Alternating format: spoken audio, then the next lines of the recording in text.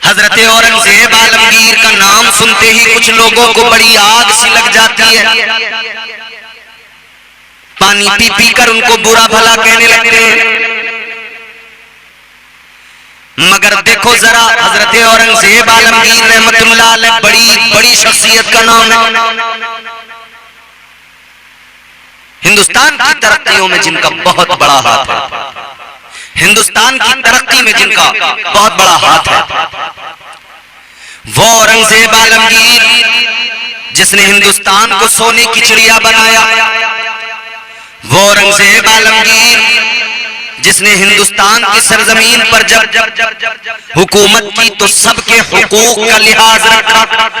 मंदिरों को भी उस औरंगजेब आलमगीर ने जागीरें दी, मंदिरों को भी खूब उसने मालामाल कर दिया। मगर फिर भी न जाने क्यों लोगों के पेट में दर्द होने लगता है औरंगजेब आलमगीर का नाम सुनकर, रहमतुल्लाह अलैह।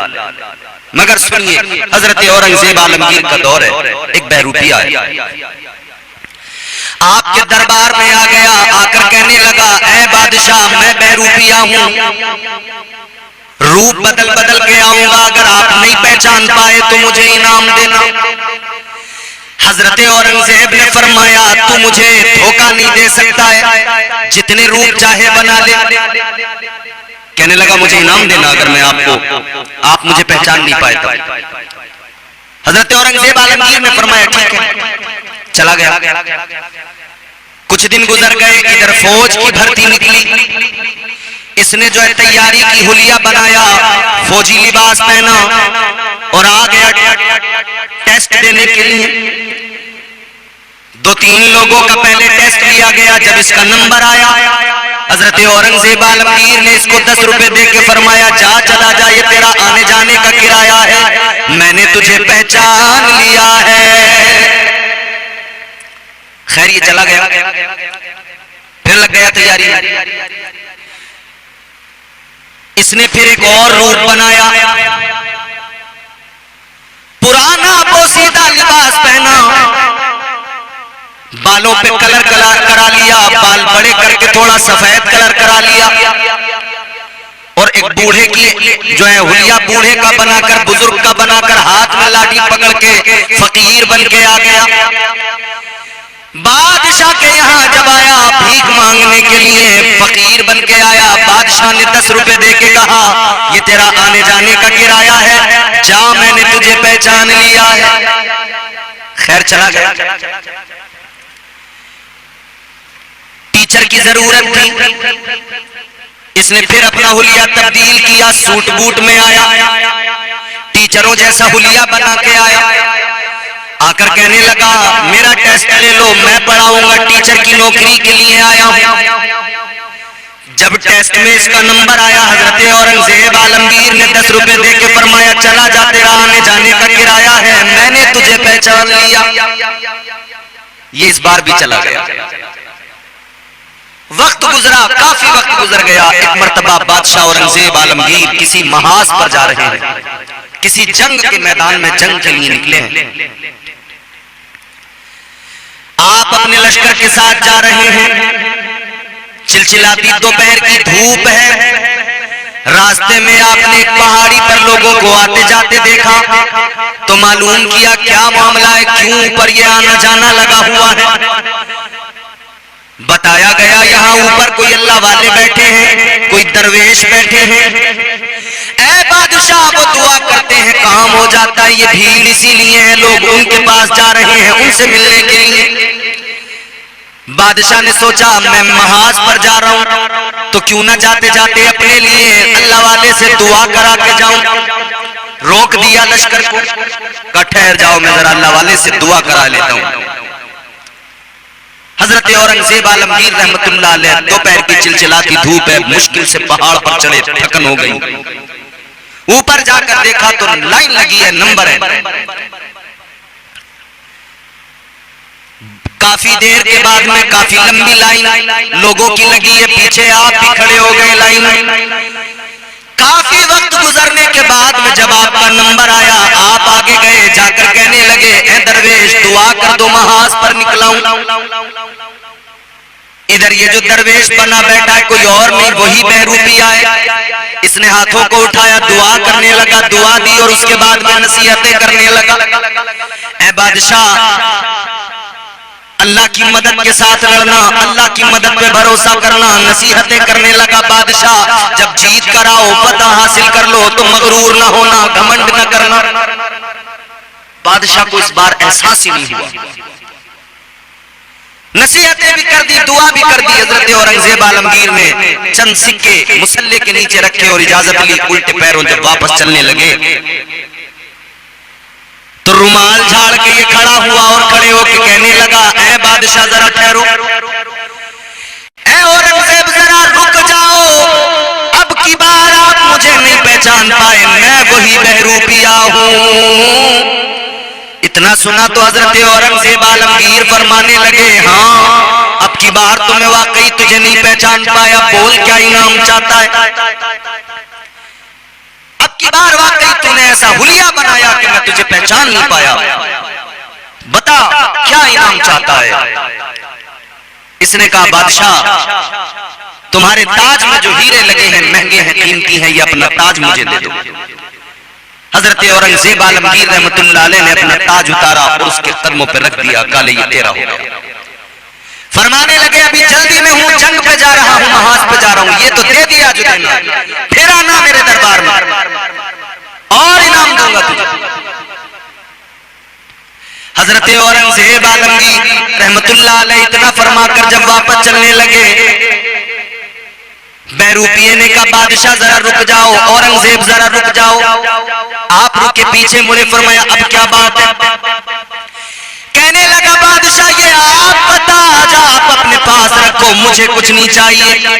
बादशाह ने कहा, क्या बात, तूने तो इनाम पाने के लिए ये सब कुछ किया था, अब क्यों नहीं चाहिए। कहने लगा, बादशाह बात समझ में आ गई, मसला हल हो गया, बहुत कुछ समझ गया। बादशाह ने कहा, क्या बात है। ये कहने लगा, है औरंगजेब सुनो, मैंने झूठ मूठ का हुलिया बनाया, ये अल्लाह वालों का सा हुलिया बनाया, ये दरवेशी इख्तियार की, ढोंग रचाया मैंने, झूठ मूठ की दाढ़ी रखी, झूठ मूठ का साफा पहना, ये लिबास पहना, झूठ मूठ की तस्बीह पकड़कर ये हुलिया बनाकर मैं अल्लाह अल्लाह करने लगा। लोग धोखे में आ गए। ऐ बादशाह मेरी समझ में मसला आ गया। जब मैंने झूठ मूठ का ये रूप इख्तियार किया तो बादशाह का ताज मेरे कदमों में आ गया, और अगर मैं सचमुच में अल्लाह और उसके रसूल की मोहब्बत को दिल में बसाकर इबादत और रियाजत में लग जाऊं तो फिर ये ताज क्या है, तख्त क्या है, सारी कायनात के खजाने अल्लाह मुझे अता फरमा देगा। क्या कुछ नहीं, फिर अल्लाह देगा। कहने लगा, बादशाह बात समझ में आ गई, अब ये मालो दौलत नहीं चाहिए, झूठ मूठ का हुलिया बनाया था तो इतना मिला कि बादशाह का ताज मेरे कदमों में आ गया। अगर सचमुच में ऐसा ही हो जाऊं, सचमुच में ऐसा ही बन जाऊं तो फिर मेरा रब मुझे कितना नवाजेगा, फिर मेरे अल्लाह की मुझ पर कितनी इनायतें होंगी। लम्हों में बात समझ में आ जाती है, अक्लें खुल जाती हैं, अक्लों के तरीके खुल जाते हैं। अजीजाने गिरामी, वकार उस दिन के बाद में वो वाकई दरवेश बन गया, अल्लाह अल्लाह में लग गया। बात समझने वाली ये है, जो नबी का सच्चा गुलाम बन जाए उसकी तो शान बड़ी, जो झूठ मूठ में भी ऐसा हुलिया बना ले उसे भी अल्लाह बड़ी इज्जतों से नवाज देता है। दाढ़ी किसी ने रख ली, भले वो नमाज नहीं पढ़ता, भले वो आलिम नहीं, मगर फिर भी लोग उसे इज्जत के साथ उसका नाम लेते हैं, इज्जत से बात। कोई दाढ़ी टोपी इस्लामी हुलिया बनाकर चले, लोग इज्जत देते हैं। तो फिर अगर कोई वाकई मोहम्मद मुस्तफ़ा सल्लल्लाहु अलैहि वसल्लम का सच्चा गुलाम हो जाए तो फिर उसे दुनिया कितनी इज्जतें देगी। हजरत बिलाल हबशी रज़ी अल्लाह ताला अन्हु, रंग काला, गुलाम इब्ने गुलाम, मगर एक दिन मुस्तफ़ा जाने रहमत से नजर लड़ गई, मुस्तफ़ा का प्यार सीने में आ गया, इश्क हो गया जनाबे हजरत बिलाल को मदीने वाले आका से। और याद रखना अजीजों, बात इश्क की होती है, नाम जबान पे फौरन हजरत बिलाल का आ जाता है। वो हजरत बिलाल हबशी रज़ी अल्लाह ताला अन्हु, अल्लाह अल्लाह, हजरत अमीरुल मोमिनीन खलीफतुल मुस्लिमीन हजरत सैयदना उमर फारूक आजम रज़ी अल्लाह ताला अन्हु के पास आए मिलने के लिए। हजरत उमर जैसा जलील कद्र सहाबी और दूसरा खलीफा जिनकी शान ये कि कैसर और किसरा के ऐवान जब उनका नाम सुने तो उनमें जलजला आ जाए, वो हजरत उमर फारूक आजम। मगर जब हजरत बिलाल आए हैं, हजरत उमर अपनी कुर्सी से उठ गए, जिस जगह बैठे थे अपनी मसनद से उठ गए, खड़े हो गए। लोग देख रहे हैं, हैरान है, उमर आप तो खलीफतुल मुस्लिमीन हो, अमीरुल मोमिनीन हो, फिर भला बिलाल के लिए ये सब क्यों? हजरत उमर ने फरमाया, सुनो एक बात अच्छी तरह जान लो, ये बिलाल पहले तो गुलाम था उमैया बिन खलफ का, मगर जब इसने मुस्तफा की गुलामी को इख्तियार किया और हजरत बिलाल से भी कहने लगे हैं, बिलाल जब से तुम मदीने वाले आका के गुलाम बन गए, उसी वक्त से उम्मत के इमाम बन गए। जब इज्जतें मुस्तफा ने अता की हो तो फिर उमर की क्या मजाल के बिलाल का अदब न करे, बिलाल की इज्जत न करे। मेरे मुस्तफा जाने रहमत फतेह मक्का के मौके पर जब काबे के अंदर से बुतों को आका ने निकाला, जब बुतों को तोड़ा गया, मेरे मुस्तफा जाने रहमत ने हजरत बिलाल को पुकारा। हजरत बिलाल आ गए, या रसूल अल्लाह हाजिर हो। मेरे आका ने फरमाया, बिलाल जरा अजान पढ़ो, काबे की छत पे चढ़ जाओ। सवाल किया गया, या रसूल अल्लाह इतना बड़ा दिन है, आज भी बिलाल से अजान पढ़वाएंगे? मेरे आका ने फरमाया, मार खा के बिलाल अजान, मार खा के अजान पढ़े बिलाल, सफर में अजान पढ़े बिलाल, मैदान जंग में अजान पढ़े बिलाल, हर जगह जब बिलाल अजान पढ़े तो फिर आज इतना बड़ा मौका आया, अल्लाह ने इज्जत अता की, तो फिर आज क्यों बिलाल अजान नहीं पढ़े? आज भी मैं सबको बताना चाहता हूँ, जो कुफ्र के दलदल से निकलकर मेरी गुलामी में आता है, उसे नजरअंदाज नहीं किया जाता, बल्कि उसे इज्जतों के ताज अता किए जाते हैं। हुजूर ने इज्जतें अता फरमाई हैं, हुजूर की गुलामी से इज्जतें मिलती हैं। लोगों हुजूर के सच्चे गुलाम बनो, हुजूर से मोहब्बत करो, इश्क करो। हजरत सलमान फारसी रज़ी अल्लाह ताला अन्हु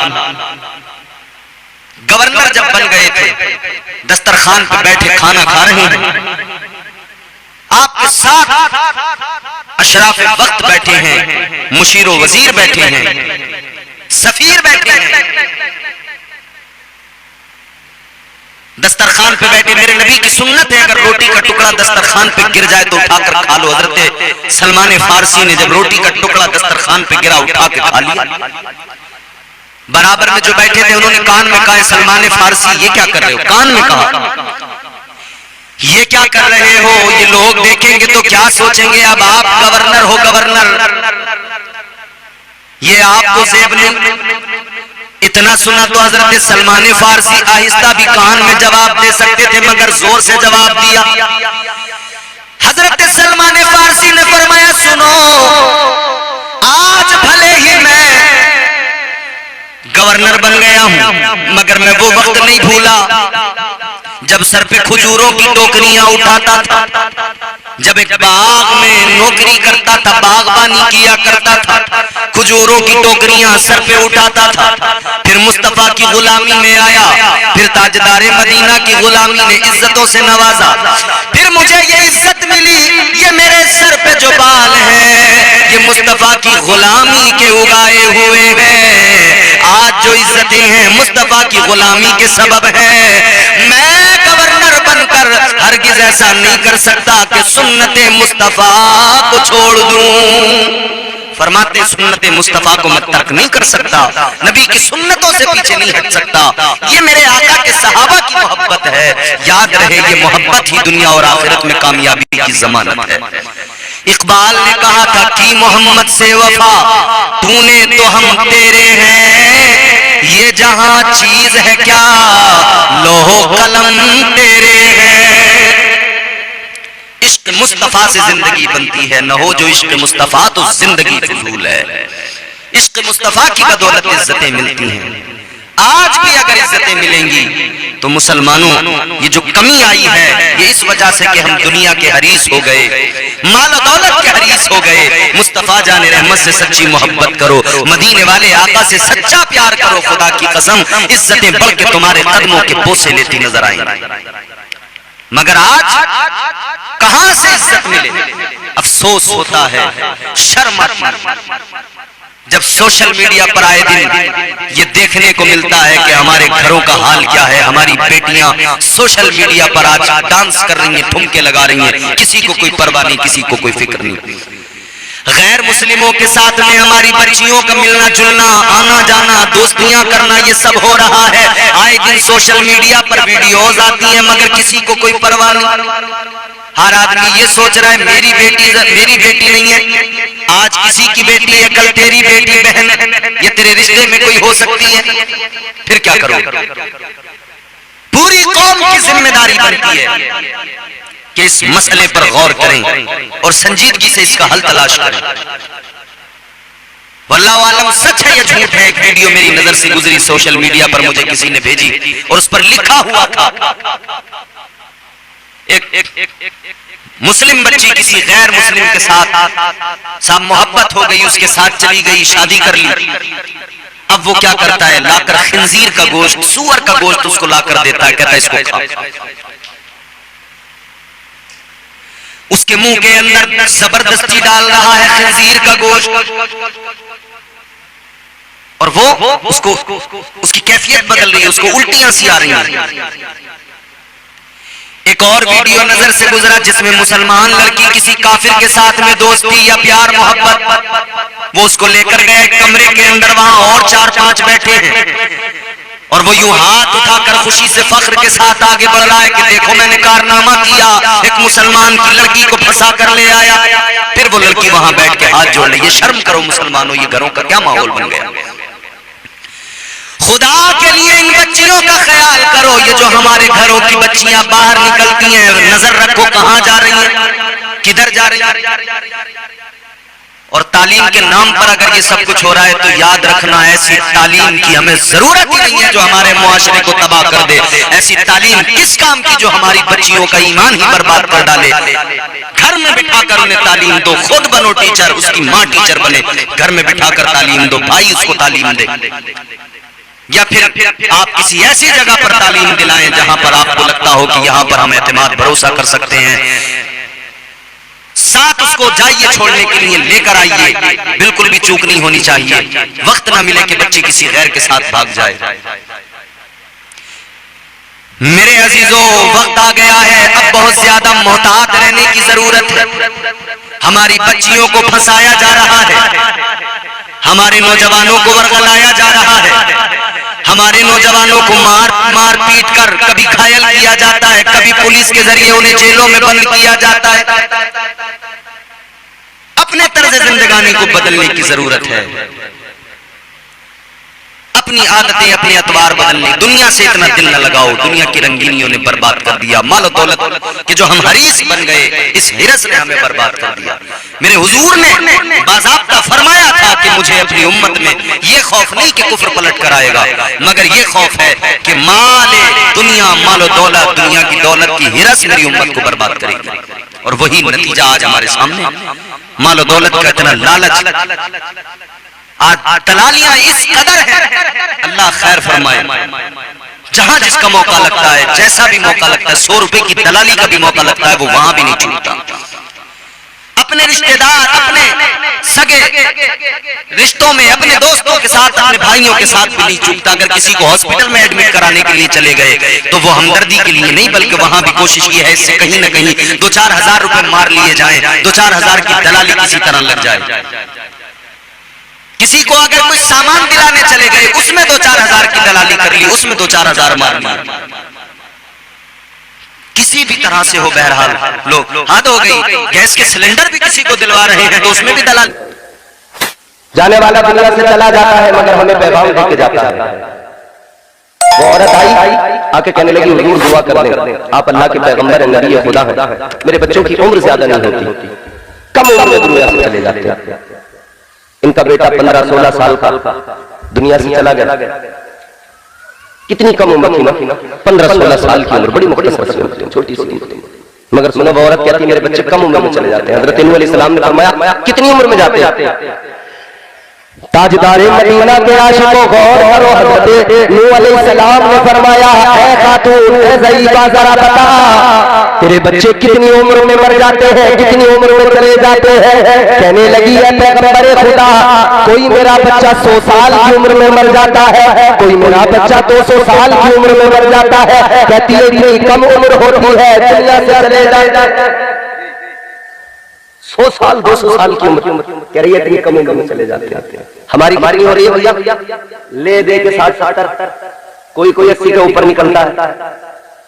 इतनी मुख्तसर हमारी वो कहती है 100 साल 200 साल, कहती बड़ी कम उम्र दुनिया से चले जाए। हजरत नूह अलैहिस्सलाम ने फरमाया, ऐ खातून, तू कहती है तेरे बच्चे 100 साल 200 साल में जाते हैं, कहती है बड़ी छोटी उम्र पाते हैं, बड़ी मुख्तसर सी उम्र। हजरत नूह अलैहिस्सलाम ने फरमाया, मैं तुझे एक उम्मत के बारे में बताऊं, आने वाले जमाने में लोग ऐसे भी होंगे, आखिरी उम्मत ऐसी होगी कि उनकी उम्र बड़ी मुख्तसर होगी। कहने लगी कितनी मुख्तसर? आपने फरमाया उनकी उम्र 50, 60, 70 साल, मुश्किल से कोई 100 साल की उम्र पाएगा। वो जमाना भी आएगा, इतनी कम उम्र में लोग दुनिया से चले जाएंगे, इतनी कम उम्र में लोगों के इंतकाल हो जाएंगे। इतना सुना तो वो खातून कहने लगी, है पैगंबरे खुदा, वो जो लोग होंगे जिन्हें 50, 60 साल की जिंदगी मिलेगी, जिन्हें मुश्किल से 100 साल की जिंदगी मिलेगी, इतनी कम उम्र पाएंगे। कहने लगी मुझे लगता है इतनी कम उम्र में वो कुछ भी नहीं कर पाएंगे, न घर बना पाएंगे, न जमीनें खरीद पाएंगे, न इमारतें बना पाएंगे, न दुनिया में कुछ कर पाएंगे। जैसे हजरत नूह अलैहिस्सलाम ने सुना, आपने फरमाया, वो खातून सुन ले, वो जो कम उम्र पाएंगे, कम उम्र जरूर होगी, मगर घर ऐसे बनाएंगे उनसे पहले किसी ने बनाए नहीं होंगे, जमीनें इतनी खरीदेंगे उनसे पहले किसी ने खरीदी न होगी, दुनियादार इतने बड़े होंगे, दुनियादारी में घिर जाएंगे। अल्लाह अकबर कबीरा। कहने लगी, अल्लाह के पैगंबर, इतनी छोटी सी जिंदगी होगी, उस जिंदगी को वो घर बनाने में लगाएंगे, जमीनें खरीदने में लगाएंगे, वो लोग अपनी छोटी सी जिंदगी को दुनियादारी में लगा देंगे। तो कहने लगी जरा ये बताओ, वो अपने रब को राजी कब करेंगे, अपने परवरदिगार को कब राजी करेंगे, अपने खुदा से मोहब्बत को कब मजबूत करेंगे, रब से ताल्लुक को मजबूत कब करेंगे। अल्लाह अकबर कबीरा। वो खातून कहने लगी, है पैगंबरे खुदा, अगर मुझे पता लग जाए मेरी उम्र 50, 60 या 100 साल की होने वाली है, कहने लगी अगर मुझे पता लग जाए मेरी उम्र इतनी कम होने वाली है, कहती है मैं दुनियादारी छोड़ दूं, कोई दूसरा काम ही ना करूं, फकत अपने रब को राजी करने में लग जाऊं। इतनी छोटी उम्रें होंगी, उसमें भी जमीनें, मकान, घर, बिल्डिंग, इमारत। और यही तो बात है, वो महल जो आज भी बना रहे हैं हमसे पहले किसी ने नहीं बनाए, वो इमारतें जो आज हम तैयार कर रहे हैं हमसे पहले किसी ने तैयार नहीं की थी।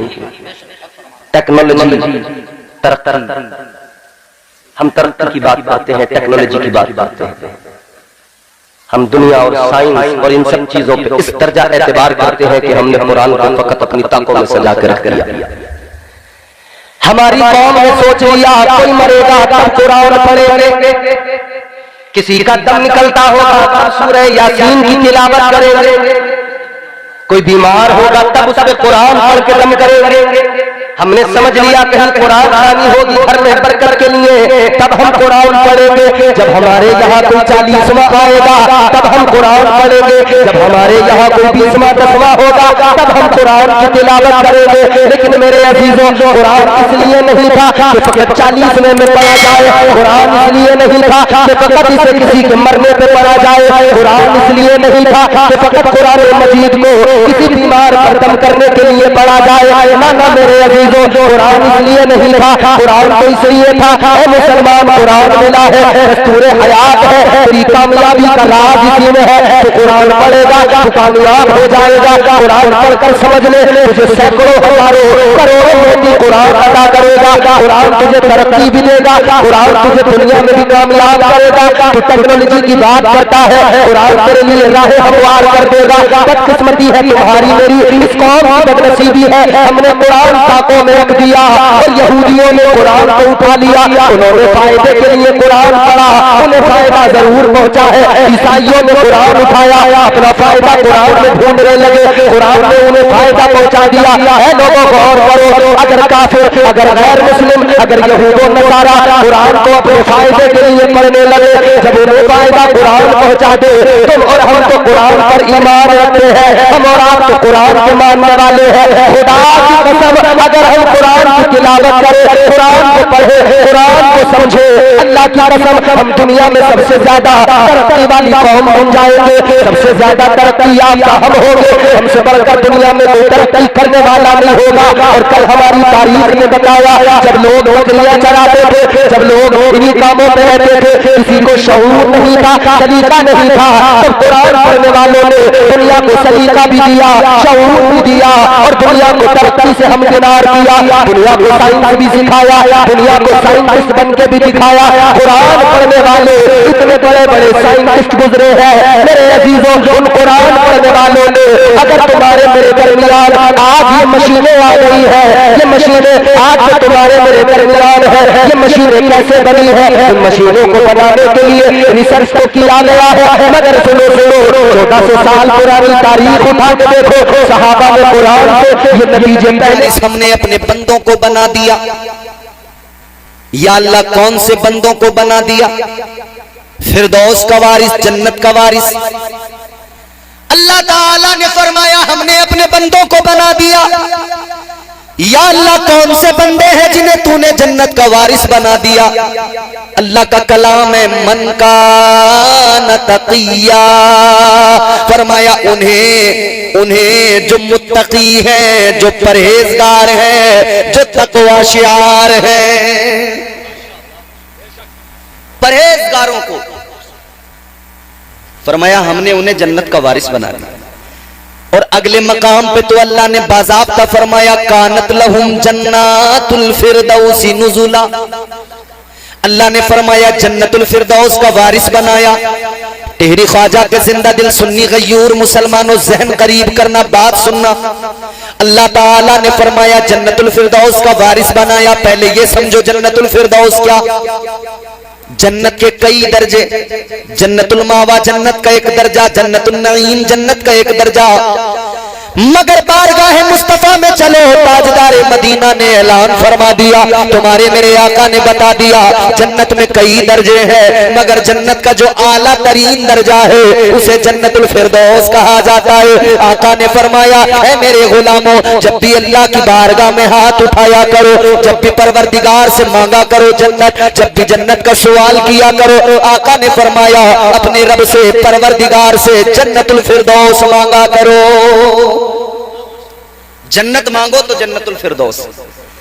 या रसूल अल्लाह जन्नतुल फिरदौस मांगे, क्या खास है?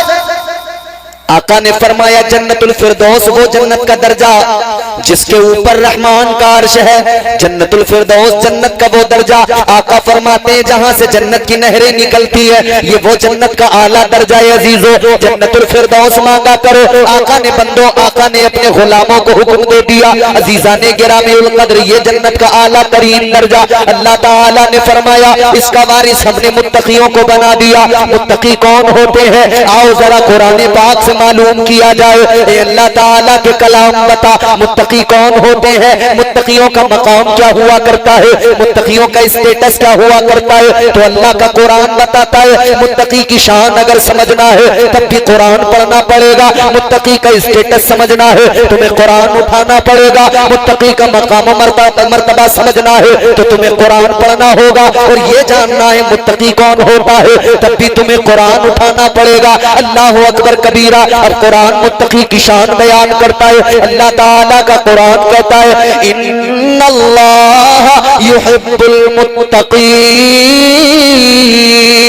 अल्लाह ताला का कलाम कहता है अल्लाह ताला मुत्तकियों से मोहब्बत फरमाता है। अल्लाह ताला तकवा शार लोगों से मोहब्बत करता है। अगले मकाम पे फरमाया इन्नल्लाह मअल मुत्तकीन, फरमाया अल्लाह साथ है तो मुत्तकियों के साथ है। अब जरा कुरान की बारगाह में सवाल किया जाए, ए रब के कलाम ये तो समझ में आया मुत्तकी की शान बड़ी है, मुत्तकी का मकाम बड़ा है, मगर जरा कुरान ये बता मुत्तकी कोई बंदा बनता कैसे है, मुत्तकी किसी को ये खिताब कैसे मिलता है? तो अल्लाह ताला का कलाम है, परवरदिगार का कुरान बताता है इन्नल्लज़ीना यग़ुद्दूना अस्वातहुम इंदा रसूलिल्लाह उलाइकल्लज़ीना इम्तहनल्लाहु कुलूबहुम लित्तक़वा। अल्लाह ताला का कुरान कहता है लोगों मुत्तकी जानना है कौन होता है, तो आओ जान लो मुत्तकी कौन होता है। रब्बे काबा ने ऐलान कर दिया जो मेरे महबूब की बारगाह में बाअदब रहे, जिसकी आवाज पस्त रहे, जो हबीब का अदब करता है, अल्लाह ताला उसके दिल को तकवा अता फरमा देता है। तकवा उसे अल्लाह अता करता है जो बाअदब होता है, मुस्तफा की बारगाह का अदब करता है। पता लग गया कोई भी शख्स कितनी नमाजें पढ़ ले, कितने सजदे कर ले, तकवा शिआर नहीं बन सकता।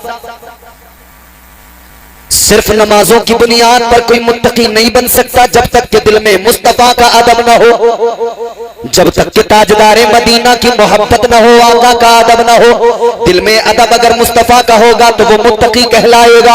अब देखो जरा नबी के सहाबा मुत्तकी, अल्लाह अल्लाह कितना अदब किया। सिद्दीक अकबर, अल्लाह अकबर, तमाम इंसानों में नबियों के बाद, पैगंबरों के बाद, रसूलों के बाद में अल्लाह ताला ने जिनको सबसे ज्यादा इज्जत अता फरमाई हजरत अबू बकर सिद्दीक आशिक सादिक है मेरे आका से, ऐसी मोहब्बत ऐसा प्यार, अल्लाह अकबर कबीरा, रहती दुनिया तक मिसालें दी जाएंगी। वो सिद्दीक अकबर मगर शान इतनी बुलंद वाला अल्लाह ने अता इसलिए की कि मुस्तफा के बाअदब, मुस्तफा की बारगाह का अदब करते थे, ताजदारे मदीना की बारगाह में बाअदब रहते थे। मुस्तफा का अदब किया तो अल्लाह ताला ने इज्जतों से नवाज दिया, मुस्तफा का अदब किया अल्लाह ने मुत्तकी बना दिया। हजरत उमर फारूक आजम, अल्लाह अल्लाह, मुस्तफा का अदब किया अल्लाह ने मुत्तकी बना दिया। हजरत उस्मान गनी, मुस्तफा का अदब किया अल्लाह ने मुत्तकी बना दिया। हजरत मौला अली, मुस्तफा का अदब किया अल्लाह ने मुत्तकी बना दिया। हजरत तलहा और जुबैर, मुस्तफा का अदब किया अल्लाह ने मुत्तकी बना दिया। हजरत बिलाल हबशी, मुस्तफा का अदब किया अल्लाह ने मुत्तकी बना दिया। हजरत इमाम हुसैन, मुस्तफा का अदब किया अल्लाह ने मुत्तकी बना दिया। हजरत इमाम जाफर सादिक, मुस्तफा का अदब किया अल्लाह ने मुत्तकी बना दिया। बगदाद की सरजमीन पर पीरान पीर, रोशन जमीर, सरकार गौसे आजम, मुस्तफा का अदब किया अल्लाह ने मुत्तकी बना दिया। हिंदुस्तान में हिंदुस्तान के राजा, हम सब के ख्वाजा, सरकार गरीब नवाज हजरत ख्वाजा मोइनुद्दीन हसन चिश्ती संजरी अजमेरी, अल्लाह अल्लाह, मुस्तफा का अदब किया अल्लाह ने मुत्तकी बना दिया। पता लगा मुत्तकी वो होता है जो मुस्तफा का अदब किया करता है। अदब नहीं, तकवा है ही नहीं। अदब से तकवा मिलता है, ये याद रहे। और जिन्हें तकवा मिल गया, जो मुत्तकियों के जुमरे में आ गए, फिर कुरान कहता है अल्लाह मोहब्बत भी उनसे करता है, अल्लाह साथ भी उन्हीं के है। इन्नल्लाह माल मुत्तकीन, अल्लाह उन्हीं के साथ है। ऐ लोगों, ये वही जमात है जिन्हें तकवा हासिल हुआ मुस्तफा के अदब की बुनियाद पर, एहतराम मुस्तफा, अदब मुस्तफा की बुनियाद पर जिन्हें तकवा हासिल हुआ, उसी जमात को आज हम औलिया की जमात कहा करते हैं। क्योंकि नबी आखिरुज़्ज़मा सल्लल्लाहु ताला अलैहि वसल्लम हमारे आका, आखिरी नबी, आखिरी रसूल, नबूवत का दरवाजा बंद। हुजूर के बाद हुजूर के सहाबा, सहाबा वो सहाबी उसे कहते हैं जिसने ईमान की हालत में हुजूर का दीदार किया, ईमान की ही हालत में दुनिया से रुखसत हुआ, वो सहाबी। उनके बाद में सहाबा के बाद में ताबईन, फिर तबे ताबईन, लेकिन फिर अब नबूवत का दरवाजा बंद, सहाबियत भी खत्म, क्योंकि नबी दुनिया से जाहिरी तौर पर रुखसत हुए, सहाबियत का भी दरवाजा बंद हुआ। मगर हाँ, एक दरवाजा खुला है, वो विलायत का दरवाजा है। अब जितने भी दुनिया में मुत्तकी नजर आएंगे, अल्लाह की कसम, हर मुत्तकी अल्लाह का वली होगा, हर मुत्तकी, हर तकवा शिआर अल्लाह ताला का वली होगा। और फिर जिसे अल्लाह तकवा अता कर दे, जिसे अल्लाह तकवे की दौलत से नवाज दे, उसका मकाम फिर अल्लाह ताला बुलंद फरमाता करता है, इतना बुलंद करता है, फिर अल्लाह फरमाता है वो जो बागे जन्नत है, बागे फिरदौस है, उसकी विरासत अल्लाह फरमाता है मैंने इनको अता फरमा दी है। अच्छा एक बात सुने, समझ में आ रही है बात? यकीनन समझेंगे। मेरे बुजुर्ग जितने यहाँ बैठे हैं उनका सर हिलाना मुझे बताता है कि बात समझ में आ रही है, और नौजवानों का मुस्कुराना मुझे बताता है कि बात समझ में आ रही है। अल्लाह ने जन्नतुल फिरदौस का वारिस बनाया। अब जरा से एक सिस्टम और समझते हैं, बाप अपनी जमीन का वारिस किसे बनाता है? बोलो टिहरी वालों, जोर से बोलो। ऐसे शर्मा रहे हो जैसे आप अपने पड़ोसी के बेटे को बना रहे हो अपनी जमीन का मालिक, वारिस। हर कोई अपनी मीरास का वारिस अपने बेटे को बनाता है। दुकान का वारिस बेटा, मकान के वारिस औलाद, जमीन की वारिस औलाद। औलाद वारिस होती है ना, और वारिस मालिक होता है। वारिस मालिक है, मालिक चाहे तो मुफ्ती साहब रखे, चाहे बेच दे, चाहे फ्री में किसी को दे दे। वारिस है, मालिक है, अपनी विरासत को चाहे तो रखे, चाहे तो बेचे, चाहे तो फ्री में दे। उसे इख्तियार है कि नहीं? बोलो, इख्तियार है कि नहीं? वारिस को इख्तियार है। ताजदारे मदीना वालिए कायनात मुस्तफा जाने रहमत के प्यारे दीवानों गौर करो, वारिस को हक होता है, मगर अल्लाह की जात कुरान कहता है लम यलिद वलम यूलद, न वो किसी की औलाद न उसकी कोई औलाद। दुनिया का सिस्टम ये औलाद वारिस बन जाए, मगर अल्लाह किसी की औलाद नहीं, उसकी कोई औलाद नहीं, तो वारिस कौन? अल्लाह ने फरमाया औलाद नहीं है, ये मेरी शान है, औलाद नहीं है। अल्लाह फरमाता है मगर मेरा प्यार देखो औलिया से, अल्लाह के वलियों से। अल्लाह फरमाता है इनसे मेरा प्यार देखो, मैंने अपनी मीरास का वारिस इन्हें बनाया है, जन्नत का वारिस इन्हें बना दिया है, बाग फिरदौस का वारिस औलिया को बना दिया, अल्लाह ने वलियों को वारिस बना दिया। अब आप कहेंगे बात जन्नत की हो गई, मगर मैं कहूंगा अजीजों सुनो, जन्नत की बात हो गई और यकीनन उससे बड़ी क्या मीरास, क्या खजाना, क्या दौलत हो सकती है ना? किसका महल ऐसा?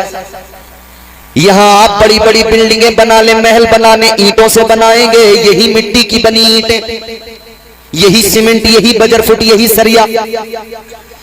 आप इमारत बनाए मिट्टी की, ईंटों से इमारत बनती है, मगर जन्नत के अंदर जो महल है वो सोने और चांदी की ईंटों से बने हुए हैं। वो है ना मिल्की। अल्लाह ने जन्नत की विरासत अता फरमाई, लेकिन अल्लाह ने अगले मकाम पे फरमाया वलक़द कतबना फ़िज़्ज़बूरि मिन बादिज़्ज़िक्रि अन्नल अर्ज़ यरिथुहा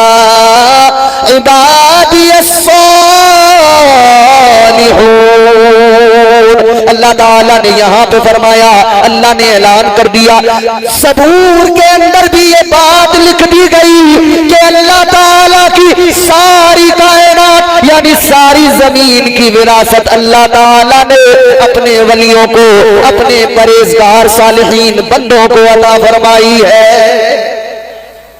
सारी जमीन की विरासत भी अल्लाह ने वलियों को अता की, जन्नत की विरासत भी अल्लाह ने वलियों को अता फरमाई।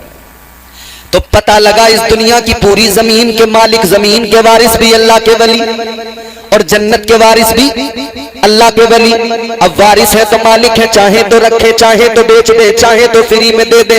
तारीख उठा के देखो, खुदा की कसम हमने देखा है कलंदरों को, तारीख के सफहात में हमने उन कलंदरों का भी जिक्र पढ़ा है कि जब फकीर अपनी मस्ती पे आया है, जब कलंदर अपनी मस्ती पे आया है, कलंदर ने रेत का घरौंदा दजला के किनारे पे बनाया है। एक बादशाह, एक खलीफा की बीवी ने, मलका ने आकर कहा क्या है?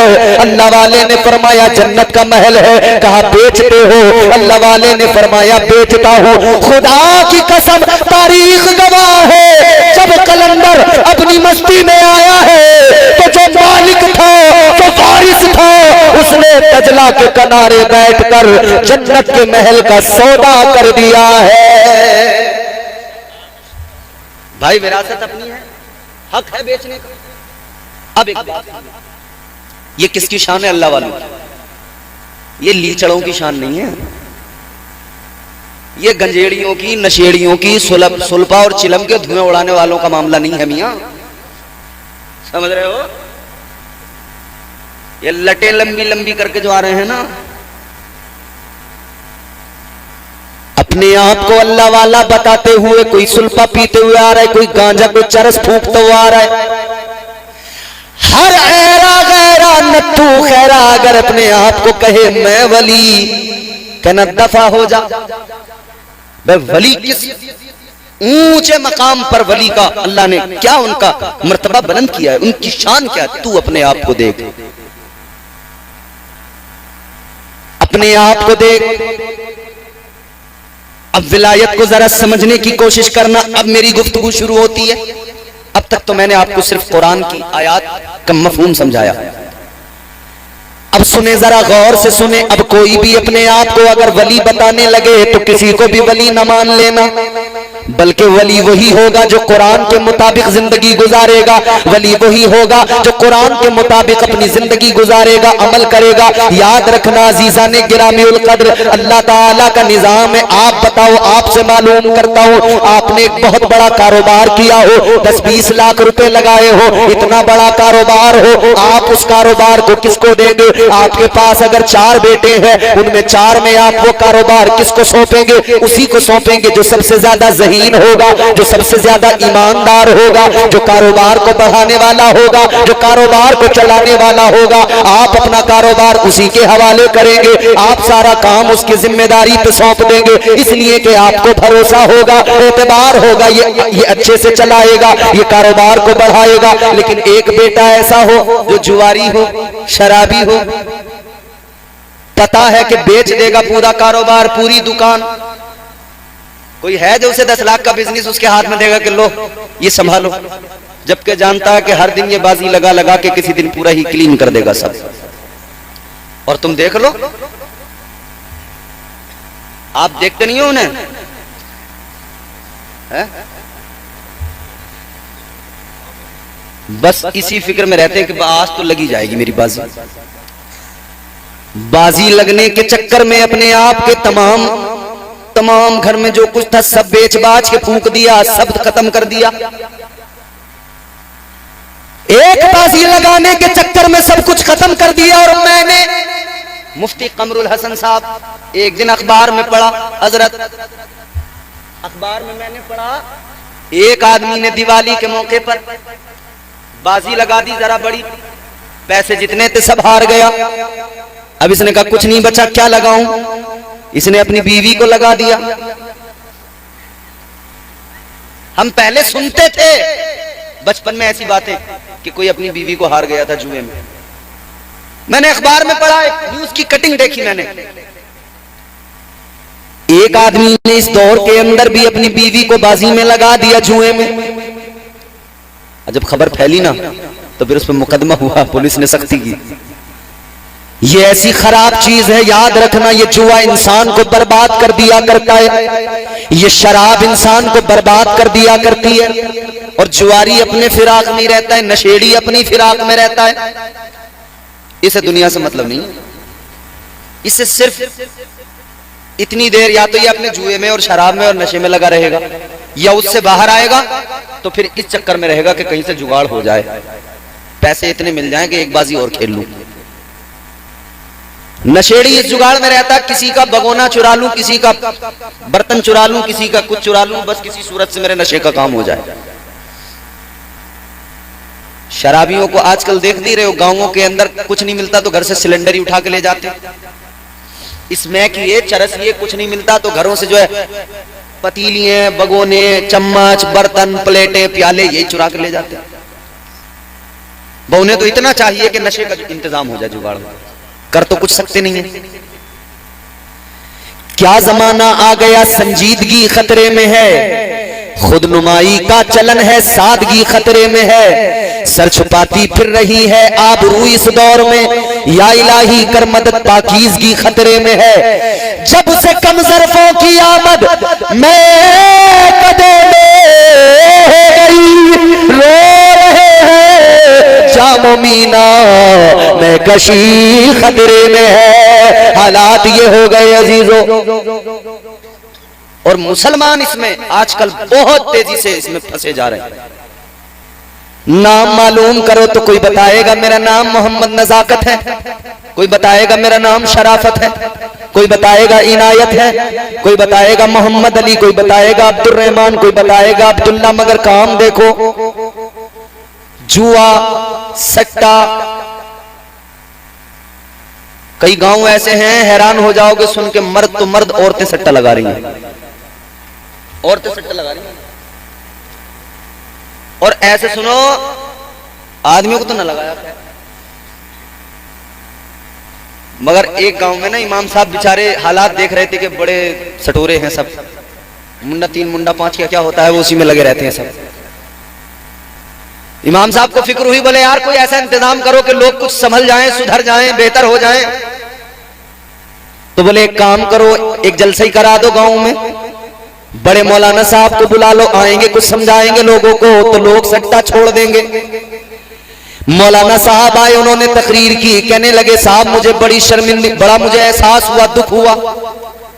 बोले मुझे जब पता लगा इस गांव के बारे में, जो बड़े मौलाना तकरीर करने आए थे, इधर सुनो बात, वो तकरीर करने जो मौलाना साहब आए थे, क्या हुआ भाई साहब,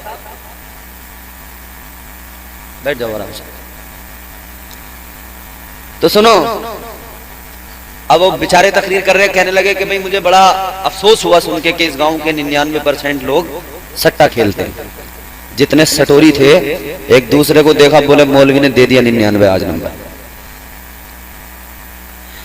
याद रखना, ये जुआ, ये शराब मोमिन के काम नहीं। कुरान में अल्लाह ने फरमा दिया, परवरदिगार आलम ने ऐलान कर दिया, इन्नमल खम्रु वल मैसिरु वल अंसाब वल अज़लाम रिज्सुम मिन अमलिश शैतान।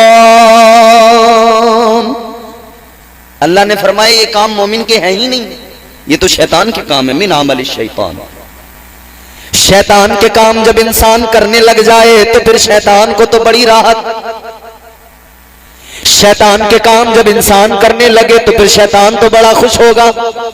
याद रहे मेरे मुसलमानों, मेरी कौम के जवानों, हम लोग दुनिया के अंदर शैतान को खुश करने नहीं आए, हम तो रहमान को खुश करने आए हैं, हम तो परवरदिगार को राजी करने आए हैं। तो 4 बेटों में जो ईमानदार होगा, जो हिसाब किताब अच्छे से संभालता होगा, जो कारोबार संभाल सकता हो, उसको दिया जाता है। नालायक को अल्लाह ने अपने बंदों में चुना है, हर किसी को विरासत नहीं दी जाती है। अल्लाह ताला ने उनको चुना, उनको पसंद किया जो उसके पसंदीदा। अल्लाह ताला ने उनको चुना जिन्हें रब ने अपना कुर्ब अता किया, जिन्हें रब ने अपना बना लिया, वो जिन्होंने अपने नफ्स पे काबू पा लिया, वो जिन्होंने अपने नफ्स को मार दिया। अल्लाह ने फिर उन्हें बादशाही अता फरमाई, अल्लाह ने फिर उन्हें खजाने ऐसे अता फरमाए, अल्लाह ने जमीन और आसमान के तमाम तबकात उन पर रोशन फरमा दिए। अल्लाह ताला ने सब कुछ उनके सामने जाहिर फरमा दिया। इसीलिए मेरे गौसे आजम ने बगदाद की सरजमीन से ऐलान फरमाया, सरकार गौसे पाक ने फरमाया, मैं सारी रूए जमीन को इस तरह से देखता हूँ जैसे हाथ की हथेली पे राई का दाना। अल्लाह अल्लाह, इस तरह से गौसे आजम दुनिया को देखते हैं, कायनात को देखते हैं। ये गौसे आजम के लिए दुनिया की हैसियत है। क्यों? इसलिए कि इस सारी जमीन का मालिक अल्लाह ने बना दिया है, इस सारी जमीन का वारिस अल्लाह ने बना दिया। आप कहेंगे जनाबे वाला और कोई मिसाल दीजिए, आइए मैं आपको लेकर चलता हूँ एक अल्लाह के मुकद्दस वली की बारगाह में, एक ऐसे वली की बारगाह में, अल्लाह अल्लाह जिनका नाम आपने खूब सुना होगा, जिनका नामे नामी इसमें गिरामी हजरत बाबा फरीदुद्दीन गंजे शकर है। सुना है नाम आपने हजरत बाबा फरीदुद्दीन का? हजरत बाबा फरीदुद्दीन गंजे शकर, वो कि जो उन्हें देख लेता उनका दीवाना हो जाता था। काफिर भी अगर देखता था तो कलमा पढ़ लिया करता था, ईमान कबूल कर लिया करता था। ये अल्लाह ने मकाम अता किया था। मगर सुनो अजीजो, हजरत बाबा फरीदुद्दीन गंजे शकर रहमतुल्लाह अलैह, आपका एक मुरीद आपकी बारगाह में आया, एक थोड़ा सा जमीन का टुकड़ा उसने आपको गिफ्ट किया, हदिया दिया। का हुजूर ये मेरी थोड़ी सी जमीन है, एक जमीन का थोड़ा सा टुकड़ा, का हुजूर इसे कबूल फरमा लीजिए, ये आपकी खिदमत में मैं पेश कर रहा हूं। आप चाहें तो इसे अपनी मिल्कियत में रखें, चाहें तो खानका के कामकाज में इसका इस्तेमाल करें। जमीन, भाई दुनिया जमीन के लिए मर रही है इस दौर में। बोलो, जैसी भी हो मिल जाए, झोल झाल कर रहे हैं लोग इसी चक्कर में, कब्जे कर रहे हैं लोग इसी चक्कर में, जमीन हमारी ज्यादा हो जाए। हर आदमी जो इधर तमन्ना करता है कि 100 बीघा हो जाए, 200 बीघा हो जाए, 500 बीघा हो जाए, वो जान ले इधर तू 1000 बीघा कर ले, मगर याद रखना इस 1000 बीघा जमीन के बावजूद भी तेरे हिस्से में 2 गज जमीन आएगी, इससे ज्यादा नहीं आएगी। 2 गज जमीन तेरे हिस्से में आएगी, उसी में तुझे दफना दिया जाएगा, और वो भी तेरे अमाल का मामला रहा, वो कब्र फिर तुझे दबाएगी। वो 2 गज जमीन जब तू कब्र में जाएगा तो वो भी तुझे दबाएगी। हुजूर का फरमान सुनना दिल पे असर करे तो आज इसको दिल में बसा के लेके जाना, महफूज करके लेके जाना। ताजदारे मदीना ने ऐलान फरमाया, कब्र दबाती है किसे? किसे? सुनो, बड़े गौर से सुनो। नेक, परहेजगार, तकवाशियार। सुनो भाई साहब, आदमी नेक हो, परहेजगार हो, तकवाशियार हो या फिर गुनहगार हो, दोनों को दबाती है कब्र। उलमा बैठे हैं, कब्र नहीं छोड़ती किसी को भी, गुनहगार को भी दबाती है, नेक को भी दबाती है। नेक परहेजगार को भी कब्र दबाती है, गुनहगार को भी कब्र दबाती है, मगर सुनो कैसे? आका ने फरमाया, जब गुनहगार कब्र में जाता है, जुआरी, शराबी, पापी, बेनमाजी, गुनहगार, जिनाकार, बदकार, जब ये कब्र में जाता है, आका ने फरमाया कब्र इसको दबाती है। कैसे? हुजूर ने यूं उंगलियों से इशारा फरमाया, इधर की पसलियां इधर वालियों में, इधर की पसलियां इधर वालियों में यूं अंदर घुस जाती हैं, हड्डियां टूटने लगती हैं, इनके टूटने की आवाज निकलती है, मगर इंसानों को ये आवाज सुनाई नहीं जाती। अल्लाह अकबर। सोचें जरा, एक लम्हे के लिए सोचें, एक लम्हे के लिए अगर बंदा सोच ले कि मेरा होना क्या है कब्र के अंदर। कब्र दबाएगी, पसलियां इधर की इधर, इधर की इधर। हुजूर ने फरमाया वो तड़पता होगा। ये तो कब्र ने गुनहगार को दबाया, मगर सुनो नेक आदमी को भी कब्र दबाती है, परहेजगार, नमाजी, आबिद, साजिद को भी कब्र दबाती है। कैसे? अब खुश हो जाओगे, जुमला सुनोगे। आका ने फरमाया, ताजदारे मदीना का ऐलान, हुजूर ने फरमाया जब नेक इंसान कब्र में जाता है कब्र उसको भी दबाती है। आका कैसे? हुजूर ने फरमाया इस तरह जैसे माँ अपने बच्चे को यूं गोद में लेकर प्यार के साथ, ममता के साथ सीने से लगा के दबाती है, ऐसे ही नेक आदमी को कब्र से दबाया करती है। कब्र नेक आदमी को ऐसे दबाती है जैसे मां ममता के साथ उसे सीने से लगा के दबाती है। पता लगा नेक आदमी को कब्र प्यार करेगी और गुनहगार का कोई आदमी याद रखे मेरी औकात इतनी है, कभी भी मर जाऊंगा, जब सांसें पूरी होंगी तब मर जाऊंगा, फिर आखिर कब्र में जाना है। हजारों बीघा जमीन क्यों ना आदमी कर ले, मगर 2 ही गज जमीन उसके हिस्से में आनी है। तो याद रहे 1000 बीघा की फिक्र छोड़ दो, उस 2 गज जमीन में जाना है, उसकी फिक्र में लग जाओ कि वहां क्या होना, यहां हो जाएगा जो कुछ भी होगा। आप छोड़ दी सकते तो उसकी फिक्र करनी चाहिए ना। आदमी 1000 बीघा, 2000 बीघा, 500 बीघा, 100-200 बीघा जमीन मिल जाए या 10-20 बीघा है तो उससे फिर, अब जिसका मामला ज्यादा का है वो ज्यादा बड़ा सोचता है, जिसका कम का है वो थोड़ा हिसाब से सोचता है। कोई अपने मैंड ही काट के अपना उसी में दिल अपना खुश करता रहता है कि बस थोड़ी थोड़ी बढ़ती रहे, मेरी रास्ते काट काट के बढ़ाने में लग जाता कोई। अब भैया इधर रास्ता काट के किसी का क्या ले लिया, रास्ता काट के इतनी बढ़ा लो, इतनी क्या इतनी बढ़ा लो, मगर कब्र तो उतनी की उतनी। हम तो तब जाने जब उसमें कुछ बढ़ सके। हम तो तब जाने कि कब्र में कुशादगी हो जाए तो वो मेढ़े काटने से, रास्ते काटने से नहीं होगी। याद रखना, कब्र अगर कुशादा होगी तो रास्ते काटने से या किसी के खेत में मेंढ काटने से कब्र कुशादा नहीं होगी। कब्र की कुशादगी इस बात पर है कि तू अल्लाह ताला के अहकामात पर अमल कर ले, तू नबी की शरीयत पे अमल कर ले, तू मुस्तफा का वफादार बन जा। खुदा की कसम अल्लाह ताला तेरी कब्र को कुशादा फरमा देगा। तो खुदा के लिए कब्रों के बारे में हमें सोचना चाहिए, कब्रों की कुशादगी के बारे में। जमीन का टुकड़ा, एक मुरीद ने कहा हुजूर ये जमीन का टुकड़ा है, 1 बजने वाला है, अब आप भी बेचैन हो रहे हो। सुने, हजरत बाबा फरीदुद्दीन की बारगाह में एक मुरीद कहता है जी हुजूर ये थोड़ा सा जमीन का टुकड़ा, इसको आप रख लीजिए। अल्लाह वाले ने कहा ठीक है, तोहफा कबूल हो गया। मगर एक कंपनी होती है, एक किस्म के लोग होते हैं, तुमने देखा होगा शहर में कभी जाओ तो देखना, आदमी कोई अगर शहर में प्लॉट खरीदता है ना तो फौरी तौर पे ये चाहता है कि इसकी बाउंड्री कर दूं ताकि अपना कब्जा पक्का हो जाए, वरना खतरा रहता कि कोई कब्जा कंपनी आके इस पर कब्जा कर सकती है। ऐसी गैंग बहुत मिलेंगी आपको कब्जे वाली। बदला अब मैं यार नजर का, दावा झूठा कब्जा सच्चा, जिसकी लाठी उसकी, बोलो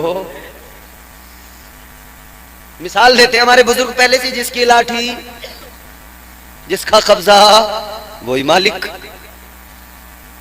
अब आप कागज लेके जाएं, कहें जी हमारी जमीन है, वो कहेंगे जा साबित कर दे कचहरी में, कोर्ट में, सालों साल मुकदमा लड़, तू बूढ़ा हो जाएगा तब कहीं जाके पता लगेगा। फिर पटवारी को हुक्म आएगा अदालत का कि जाके नाप दो, पटवारी नापने में 1-2 साल निकाल देगा, नपत होने के बाद में निशान लगेंगे, 4 दिन निशान के फोटो खींच के उधर अदालत में जाएंगे कि जी हो गया काम, इधर फिर 5वें दिन वही हाल, फिर उसी पे कब्जा बढ़ता जाएगा। है जी, अब जब कब्जा कर लिया, एक कब्जा कंपनी आई, हजरत बाबा फरीदुद्दीन को जो तोहफे में जमीन मिली थी उस पे उन्होंने कब्जा कर लिया। बात बढ़ी, मुरीदों ने कहा भाई ये तो जमीन खानका के काम में आती है, ये कैसे आपने कब्जा कर लिया? उन्होंने कहा नहीं हमारी है। भाई कब्जे वाले फर्जी डॉक्यूमेंट्स भी बनवा लेते हैं, फर्जी कागज भी बनवा लेते हैं, पैसे का खेल है सब यहां पे। उन्होंने कहा जमीन हमारी। बात अदालत तक पहुंच गई, सुनो इधर सुनो। जब बात अदालत में पहुंची तो जज साहब यानी काजी साहब उन्होंने हजरत बाबा फरीदुद्दीन गंज शकर रहमतुल्लाह अलैह को बुलाया और कहने लगे हजरत ये जमीन किसकी? आपने फरमाया मेरी। कहा कैसे? फरमाया मेरे मुरीद ने मुझे तोहफे में दी। काजी साहब बोले कोई सनद, कोई कागज, रजिस्ट्री, बैनामा होना चाहिए। अल्लाह वाले ने फरमाया है रजिस्ट्री। अब ये जुमला आपको खुश कर देगा। अल्लाह वाले ने फरमाया है ना रजिस्ट्री का कागज, का कहां है दिखाइए। अल्लाह वाले ने कुरान उठाया, खोल के दिखाया, पढ़ने लगे वलक़द कतबना फिज़्ज़बूरि मिन बादिज़्ज़िक्रि अन्नल अर्द यरिथुहा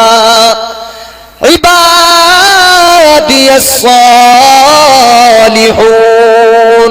आपने फरमाया 2 रजिस्ट्रियां हैं मेरे पास, एक पुरानी एक नई। पुरानी रजिस्ट्री ज़बूर के अंदर भी लिखा हुआ है इस जमीन का मालिक पूरी कायनात का कौन, अल्लाह ने किसे वारिस बनाया, और कुरान में भी मौजूद है पूरी रूए जमीन का वारिस अल्लाह ने किसे बनाया। फरमाया ये रही रजिस्ट्री। मगर काजी साहब बोले हजरत बात तो आपकी दुरुस्त है, मगर हमारे यहाँ कानून में जो आमतौर पे सनद चलती है हमें वो सनद देखनी पड़ेगी। कब ऐसी कोई सनद? फरमाया नहीं है। कहा हजरत कोई कागज नहीं, कोई सनद नहीं? फरमाया ऐसा कोई कागज नहीं है और हमें जरूरत भी नहीं है ऐसे किसी कागज की, क्योंकि अल्लाह ने हमें पूरी रूए जमीन का मालिक बना दिया है। उन्होंने कहा अच्छा। बोले हजरत अदालत का तो कानून है, या तो यहां पर रजिस्ट्री का कागज हो या कोई गवाह हो, कोई गवाह पेश कर दीजिए, कोई गवाही दे दे। आपने फरमाया अदालतों में तो गवाहियां झूठी भी होती रहती हैं, मेरे कई मुरीद खड़े होंगे गवाही देने, मगर तुम लोग कहोगे कि ये इनके मुरीद इनके हक में गवाही दे रहे हैं। हजरत बाबा फरीदुद्दीन गंजे शकर रहमतुल्लाह अलैह ने फरमाया, सुनो, गवाही किसी आदमी की नहीं, बल्कि चलो जो जमीन जिसका मुकदमा है उसी जमीन से गवाही दिलवा दूंगा। वो जमीन बताएगी मालिक कौन है। मैं माफी के साथ कह रहा हूं, मुझे पता नहीं आपके गांव के बारे में कुछ भी। मैंने सुना है कि शायद यहां दरगाह की कुछ जमीन है, कुछ रास्ता वास्ता है, कर लो अच्छा ही रहेगा, दरगाह पे आने जाने के लिए लोगों को आसानी होगी, आप ही लोगों को आसानी होगी। हम कहाँ आ रहे हैं, हम तो एक साल में अब आए हैं, अगले साल आए नहीं आए, हम तो आ गए जुते हुए खेतों में मेंढों पे चल के। निकलना आपको है, आना आपको। कितना अच्छा होगा कि आप लोग यहाँ आने जाने का एक बेहतरीन रास्ता आप ही तो इस्तेमाल करेंगे। वो रास्ता आपके खेतों में आने जाने के लिए भी आपके लिए आसानियां पैदा करेगा। अच्छी बात है अगर आप उस रास्ते को कर लें। बहरहाल बहुत अच्छा रहेगा आप उस रास्ते के बारे में अगर करें तो कोशिश, क्योंकि हमें भी यहाँ आते हुए ना थोड़ा सा गिल्टी फील हुआ यार, सारे मुसलमान ही तो हैं, सब अल्लाह के वलियों को मानने वाले ही तो हैं, फिर क्या ये मोहब्बत हो सकती है? तुमने इसे मोहब्बत समझ लिया, धूने लगा के बैठ गए दरगाहों के ऊपर, तुमने दरगाहों पे नाच गाने के एहतमाम कर दिए। है तो बगावत मगर तुम कह रहे हो मोहब्बत। हम सुन्नी मुसलमान बस इतना कहते हैं, उलमाए अहले सुन्नत बस इतना कहते हैं, बगावत न करो मोहब्बत करो। तो आप कहेंगे मोहब्बत क्या? तो मोहब्बत अगर समझना है तो किसी भी वली की जिंदगी को देख लो, पता लग जाएगा उन्होंने क्या किया, जो उन्होंने किया वो आप करो, इसी का नाम मोहब्बत है। तो पता लगेगा उन्होंने अल्लाह पर यकीन मजबूत रखा, आप भी रखो, मोहब्बत का हक अदा होगा। उन्होंने नमाजें पढ़ी, आप भी नमाजें पढ़ो, मोहब्बत का हक अदा होगा। उन्होंने नवाफिल पढ़े कसरत के साथ, आप भी पढ़ो, मोहब्बत का हक अदा होगा। अल्लाह वालों की बारगाहों से जब किसी को फैज मिलने लगता है, समझ लो उसकी निशानी सबसे बड़ी, उसकी सबसे बड़ी अलामत ये होती है, अगर वो बंदा बेनमाजी था और किसी बुजुर्ग के फैज को पाकर नमाजी बन गया, तो समझ लो कि इसे उस वली की मोहब्बत भी मिल गई और उस बारगाह का फैज भी मिल गया। जिंदाबाद जिंदाबाद, सुभान अल्लाह सुभान। वरना कितने लोग हैं हमने देखे नहीं, वो ढोलक की आवाज पर झूम तो लेते हैं मगर कभी सजदे में सर रखकर अल्लाह की तस्बीह नहीं करते। फरमाया हमारे बुजुर्गों ने, सूफिया ने फरमाया कि शरीयत जड़ है, तरीकत उसका फल है। अगर जड़ को काट दोगे तो दरख्त ही गिर जाएगा, फल कहां से मिलेगा? फल चाहिए तो पहले शरीयत को अपनाओ, जड़ को मजबूत करो। तो ये बात याद रखें कि अल्लाह पर यकीन मजबूत हो बंदे का, सबसे बड़ी बात है। उनका अल्लाह पर यकीन मजबूत था, वो चल पड़े, मगर कुत्ता पीछे से हो लिया साथ साथ। कुत्ते ने रो के कमौला, मुझे कुव्वत गोयाई अता कर, मुझे बोलने की सलाहियत दे। अल्लाह ताला ने उस कुत्ते को बोलने की सलाहियत दी, कुव्वत गोयाई अता फरमाई। वो कुत्ता बोला, और क्या बोला? कुत्ता कहने लगा, ऐ नौजवानों, ऐ अल्लाह वालों, जा तो रहे हो, मुझे भी लेते चलो। भौंकूंगा नहीं, शोर नहीं करूंगा, बस तुम्हारा साथ चाहिए, तुम्हारा कुर्ब चाहिए। जब कुत्ता अपनी जबान से बोला तो फिर इन्होंने कहा चलो साथ ले चलो, समझ गए। उस कुत्ते का भी जिक्र कुरान ने किया। अब एक जुमला गौर से सुनकर अपने दिलो दिमाग में बसा लो,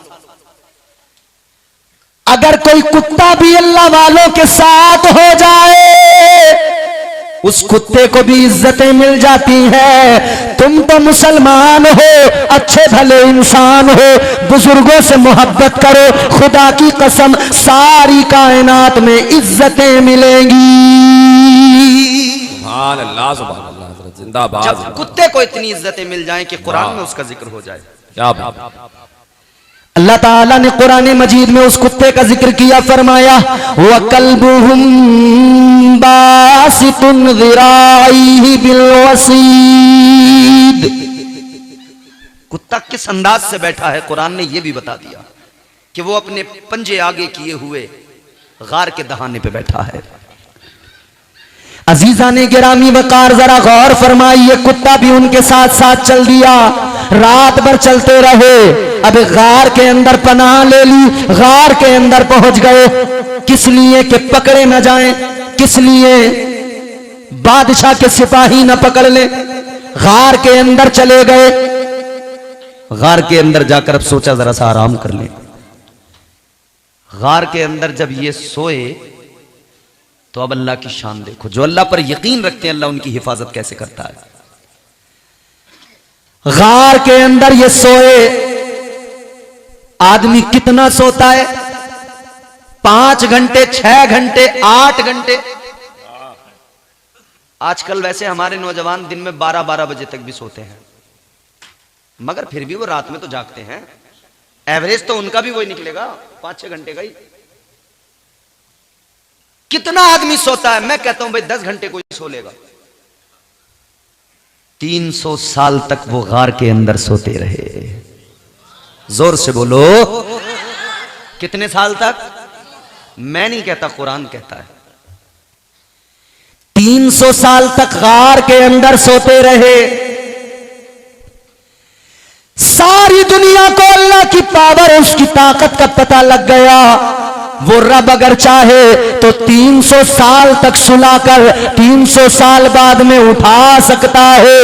और ये एक जिंदा मिसाल है, जब मेरा परवरदिगार 300 साल के बाद नींद से उठा सकता है तो बरोज़े क़यामत अल्लाह ताला तमाम मुर्दों को दोबारा भी उठा सकता है। जिंदाबाद। वो अल्लाह कादिर है, कुदरत रखता है, ताकत वाला है परवरदिगार जी। अल्लाह ताला के हुक्म से, अल्लाह की मर्जी से, मशीयत की मर्जी से 300 साल तक सोते रहे। 300 साल के बाद में उठे। ए बेटा, बड़ा तेज है भाई, बिल्कुल तड़तड़िया है, समझ रहे हो? जैसे वो रहती नहीं है छोटी वाली मुहर्रम में जो बजती है, तड़ तड़ तड़ तड़ तड़ तड़ तड़, तड़तड़िया है, छोटी सी है। गौर करें, 300 साल तक सोते रहे। 300 साल के बाद में फिर जब अल्लाह ने चाहा तो बेदार हुए। जब बेदार हुए तो भूख लगी। आपस में एक दूसरे से बातें करने लगे। एक ने दूसरे से पूछा कि भाई सोए कब तक, हम कितना सोए? तो आमतौर पे आदमी जितना सोता है वो उतना ही ख्याल आया कि भाई इतना सो लिए होंगे, उतना सो लिए होंगे। एक ने दूसरे से कहा कितना सोए? तो वो कहने लगा शायद आधा दिन या उससे कुछ कम। आपस में डिस्कस कर रहे थे, इतना सोए उतना सोए, भूख लगी। कब एक काम करो, भूख लग रही है, सिक्के निकालो और लेकर जाओ, खाना लेके आओ शहर से, और जरा संभल के जाना, बादशाह ना मिल जाए। इन्हें पता ही नहीं है हम 300 साल सोए हैं। 300 साल में जमाना बदल गया, बादशाह बदल गया, क्या कुछ बदल गया, सब कुछ बदल गया। जो सिक्के इनके पास थे पुराने हो गए। खाना लेने के लिए एक को भेजा, वो बाजार में गया, पुराना सिक्का लेकर खाना लिया। जब सिक्का दिया, होटल वाले ने सिक्का देखा, कहने लगा ये क्या लाए हो, इससे नहीं मिलेगा। कहा भैया सिक्का है, पैसे हैं। कहा ये कौन से पैसे? कहिए हमारे इनके मुल्क के इसी शहर के पैसे। वो हैरान है, हैरत से देख रहा है, ये कौन से पैसे लेके आ गया? जैसे मुगलों के जमाने के सिक्के आज लेके चले जाओ मार्केट में, कोई कुछ देगा? नहीं देगा। अजीजा ने गिरामी वकार, मगर बात धीरे धीरे जब खुली तो पता लगा, जब जांच की गई सिक्कों की तो पता लगा 300 साल पुराने हैं। फिर तारीख मालूम की गई तो पता लगा 300 साल हो गए। अब इनको भी पता लग गया हम 300 साल तक गार में सोते रहे। वापस आए, फिर गार में सो गए। अल्लाह ने फिर सुला दिया, और अब की बार अल्लाह ने ऐसा सुला दिया कि अब बरोज़े क़यामत उठेंगे। तो लोगों ने क्या किया, वहां पे मस्जिद बना दी, उस जगह को खास किया। लोग हैरान हो गए, भाई अल्लाह का करम, उसकी शान। दो बातें समझाना मकसूद है कुरानी वाकया सुनाकर। एक बात तो ये कि अल्लाह पर यकीन मजबूत होना चाहिए। अल्लाह पर भरोसा, उसकी जात पर तवक्कुल। ऐ लोगो, इधर उधर हाथ ना फैलाओ, अल्लाह की बारगाह में लो लगाकर मांग लो, उसके महबूब का सदका मांग लो। परेशानियां जितनी ज्यादा क्यों ना हो, मुसीबतें जितनी बड़ी क्यों ना हो, याद रखना जब बंदा अल्लाह से मांगता है, परवरदिगार अपने मांगने वाले बंदे को पसंद फरमाता है, उसकी मुश्किलों को आसान फरमा देता है। अल्लाह ताला उसके खाली दामन को भर दिया करता है। एक बात तो यह कि अल्लाह पर तवक्कुल, अल्लाह पर यकीन, अल्लाह का खौफ दिल के अंदर फकत, और किसी का नहीं। अल्लाह का खौफ होगा तो सारी दुनिया का खौफ निकल जाएगा। और दूसरी बात यह कि औलिया की शान ये, अल्लाह वालों का मकाम ये, अल्लाह वालों की शान ये कि अल्लाह ताला ने औलिया से जो करामतों का इजहार हुआ है ना, दर हकीकत करामत इज़्ने खुदा से है। औलिया कराम की शान पता लगती है। 300 साल तक सोना और 300 साल के बाद उठना, ये अल्लाह का करम, उसका इज़्न था, और ये औलिया की करामत भी थी। तो ये वलियों की शान है।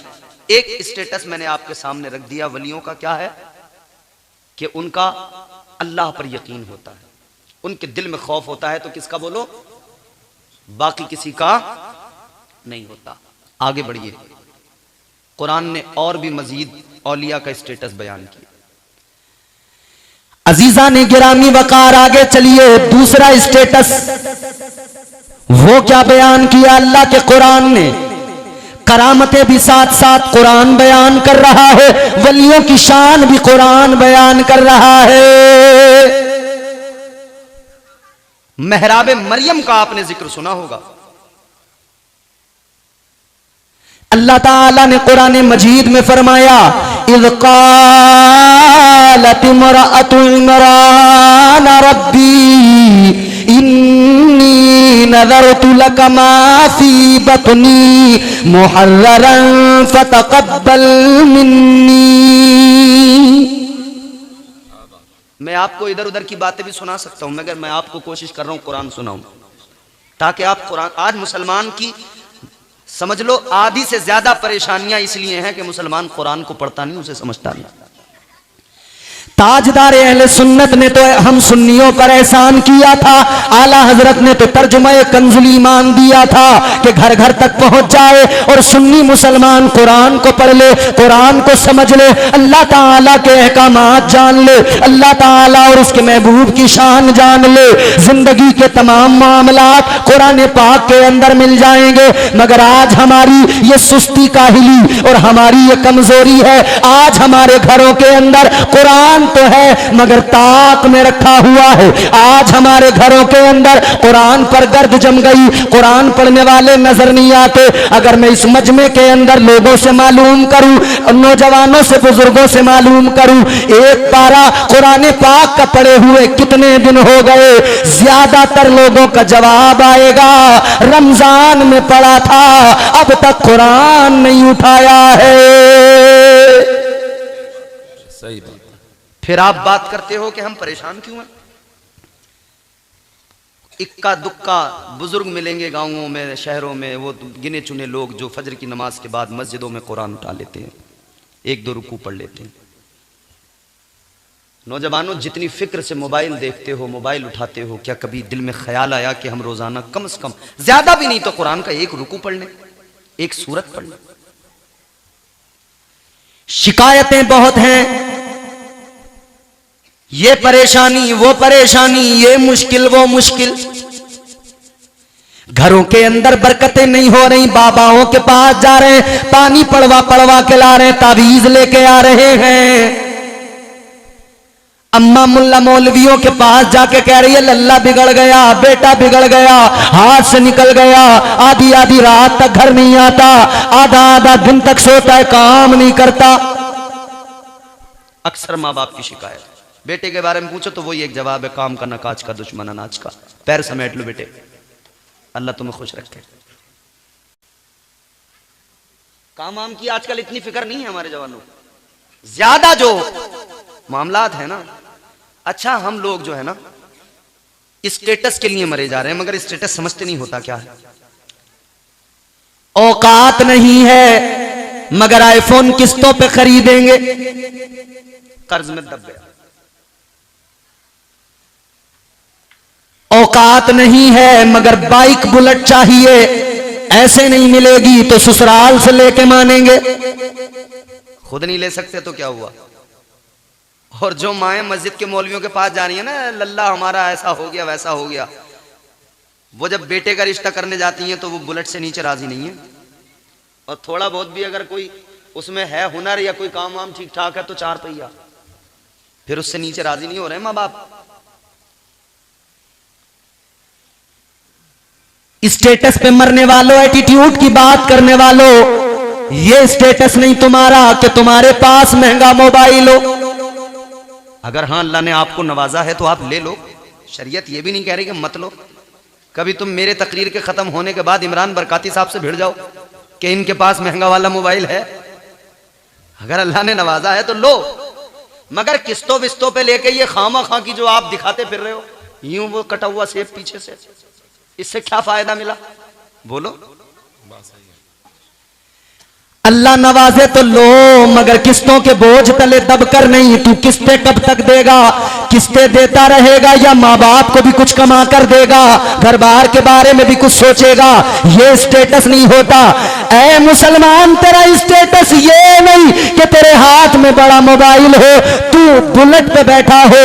नहीं नहीं, तेरा स्टेटस तो ये है तेरे चेहरे पे इबादतों का नूर चमकता हो। और वो कैसे चमकेगा?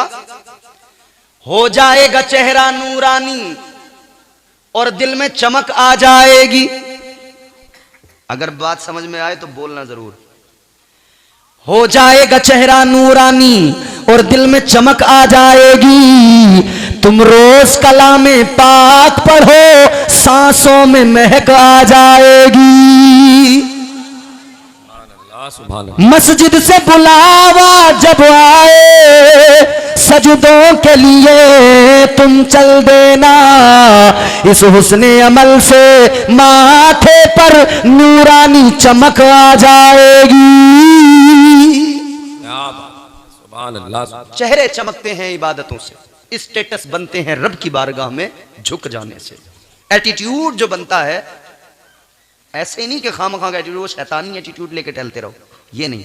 रब की बारगाह में झुक जाओ, अल्लाह पर यकीन मजबूत कर लो, फिर अल्लाह तुम्हें इज्जत अता करेगा, फिर अल्लाह शान अता करेगा। ये औलिया को जो अल्लाह ने इज्जतें दी कि दुनिया इनके खिलाफ लिख भी रही है, बोल भी रही है, मगर औलिया के चाहने वाले कल भी थे, आज भी हैं। इनका नाम कल भी लिया जा रहा था, आज भी लिया जा रहा है। हजरत ईसा अलैहिस्सलाम की मां है जनाब हजरत मरियम सलामुल्लाह अलैहा। उनकी शान कुरान कहता है कि इमरान इनके वालिद का नाम है, हजरत मरियम के, कि इमरान की बीवी ने जब अल्लाह की बारगाह में दुआ की, मौला औलाद अता फरमा, तेरे लिए उसको वक्फ करूंगी। अल्लाह ने औलाद अता फरमाई, बेटी मरियम, हजरत मरियम। अल्लाह ने बेटी अता फरमाई तो चूंकि अल्लाह की बारगाह में नजर मान ली थी कि इसको तेरे लिए वक्फ कर देंगे, तो अब मसला ये था है बेटी। तो हजरत ज़करिया अलैहिस्सलाम ने मस्जिद अक्सा के अंदर एक मेहराब खास कर दी, पर्दे का एहतमाम कर दिया। वहां पर हजरत मरियम उस मेहराब के अंदर अल्लाह का जिक्र करती, अल्लाह अल्लाह में मशगूल रहती। आज की हमारी औरतें, हमारी माएं बहनें, हजरत मरियम का जरा किरदार भी सुन ले। कौन है मरियम? वो मरियम जिन्हें कुरान ने कहा इन्नल्लाह अस्तफाकी व तहरकी वस्तफाकी अला निसाइल आलमीन। कुरान ने उनकी तहारत का ऐलान किया और बता दिया कि वो दुनिया की तमाम औरतों में बेहतर औरत हैं, तय्यब व ताहिर पाक औरत हजरत मरियम। अब देखो जरा अजीजाने गिरामी वकार, अल्लाह की जात पर भरोसा और उसका जिक्र जब बंदा मुस्तकिल करता रहे तो करामतों का ज़हूर भी होता है। हजरत ज़करिया अलैहिस्सलाम जब आए एक दिन मेहराबे मरियम के अंदर, उस मेहराब में जहां पर हजरत मरियम अल्लाह का जिक्र करती है, अल्लाह अल्लाह में मशगूल रहती है। जब आपने आकर उस मेहराब में देखा तो क्या पाया? बेमौसम के फल वहां रखे हुए हैं, ताजा ताजा फल, और वो जिनका मौसम भी नहीं है, बेमौसम के ताजा फल। तो आपने कहा, ऐ मरियम ये फल कहां से आए? ऐ मरियम ये फल कौन लाया? हजरत मरियम ने कहा, ये मेरे परवरदिगार के फजल से है। सुभान अल्लाह, नारे तकबीर, नारे रिसालत, फैजाने गौसे आजम, इश्क मोहब्बत, इश्क मोहब्बत। सुभान अल्लाह। अब जरा जुड़ जाइए, मैं बहुत जल्दी अपने उन्वान को समेट कर लुब्बे लुबाब आपके सामने रखना चाहता हूं। हजरत मरियम बेमौसम के फल